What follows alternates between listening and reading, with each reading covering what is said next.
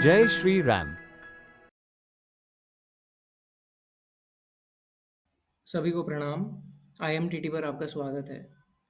आज के इस वीडियो में हम आपके साथ निफ्टी 50 स्टॉक्स के डेरिवेटिव्स यानी ऑप्शंस और फ्यूचर्स का पोटेंशियल डिस्कस करने वाले हैं।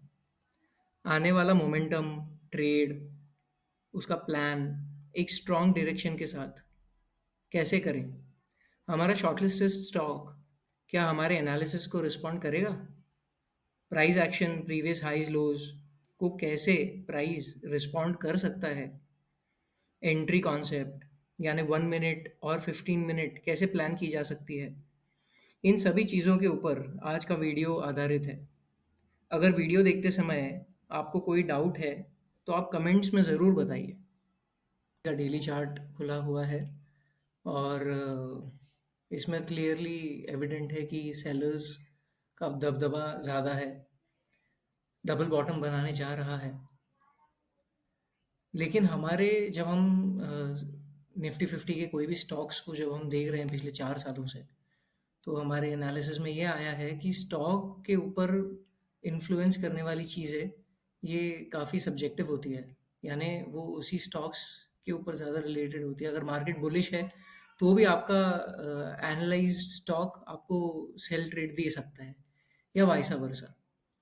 तो इसी वजह से हम अब आगे हमारे शॉर्टलिस्टेड स्टॉक के साथ में प्रोसीड करते हैं और सितंबर 1 के लिए शॉर्टलिस्टेड स्टॉक हमने निकाला है टाटा मोटर्स।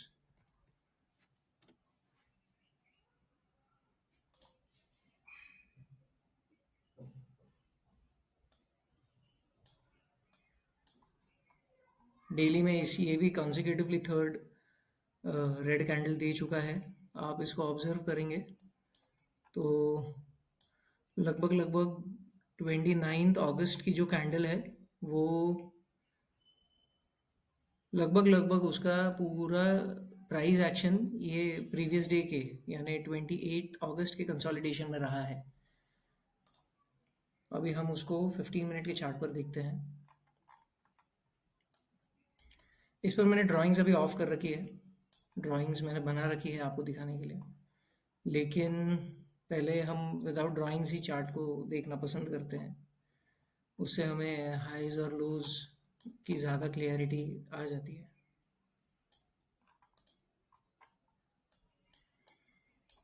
अब हमारा शॉर्टलिस्टेड स्टॉक ये हमने 28 को ही शॉर्टलिस्ट कर लिया था टाटा मोटर्स, लेकिन इसको हमें ब्रेकआउट नहीं मिल पाया अगले दिन यानी 29 अगस्त को। तो अभी तक ये ट्रेड कंटिन्यूएशन में है और ये आपको जो ऑरेंज कलर के लाइंस दिख रहे हैं ये 28 अगस्त के हाई और लो को कवर कर रहे हैं। अब हमारा एक्सपेक्टेड ब्रेकआउट जो है वो ऑरेंज लाइन को ब्रेक करके या तो अपर साइड में जाएगा या तो लोअर साइड में जाएगा। अब शॉर्टलिस्ट करने का तरीका हमारा अलग अलग टाइमलाइंस के ऊपर एमईज के साथ जब ओवरलैप होता है यानी 1 मिनट, 15 मिनट या 5 मिनट, 1 आवर, तो कहीं भी जहाँ जैसे एम ए क्रॉस ओवर को हम गोल्डन क्रॉस ओवर कहते हैं, तो एक गोल्डन कंसोलिडेशन के नाम से हम इसको नाम देना चाहते हैं। टाटा मोटर्स के ऑरेंज जोन, ऑरेंज जोन यानी 28 अगस्त जो शॉर्टलिस्टिंग डे है उसका हाई और उसका लो ये हमने मार्क कर रखा है। और आपको ये जोन के नीचे आपको दो सपोर्ट लेवल्स आपको आइडेंटिफाई करनी है।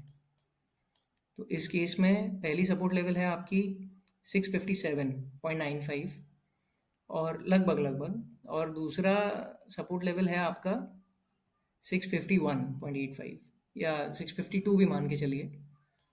और ऊपर की तरह साइड में आपको दो रेजिस्टेंस लेवल आपको मार्क करनी है।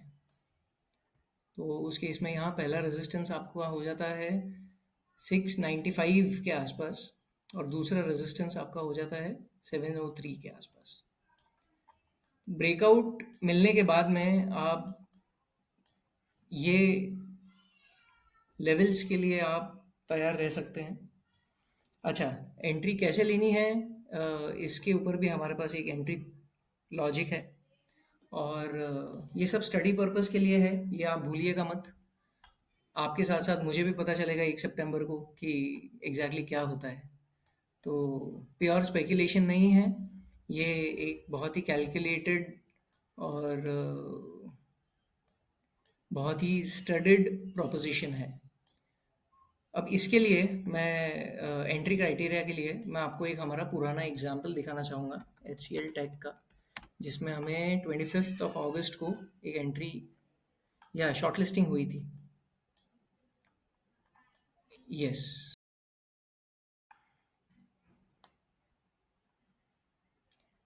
अब ये जो शॉर्टलिस्टेड डे है एच सी एल टेक का, ये 25 अगस्त है। उसका हाई और उसका लो हमने मार्क कर दिया है। और 26 अगस्त को कोई ब्रेकआउट मिला नहीं रेंज का, और कंसोलिडेशन में ही देखा गया 26 अगस्त। उसके अगले दिन हमें, आप 15 मिनट की कैंडल में आप ऑब्जर्व करेंगे तो पहले 15 मिनट में ही आपको एंट्री मिल चुकी है। अब 15 मिनट की एंट्रीज का क्राइटेरिया हम कभी ऐसा एग्जाम्पल हमारे सामने आएगा तब समझाएंगे।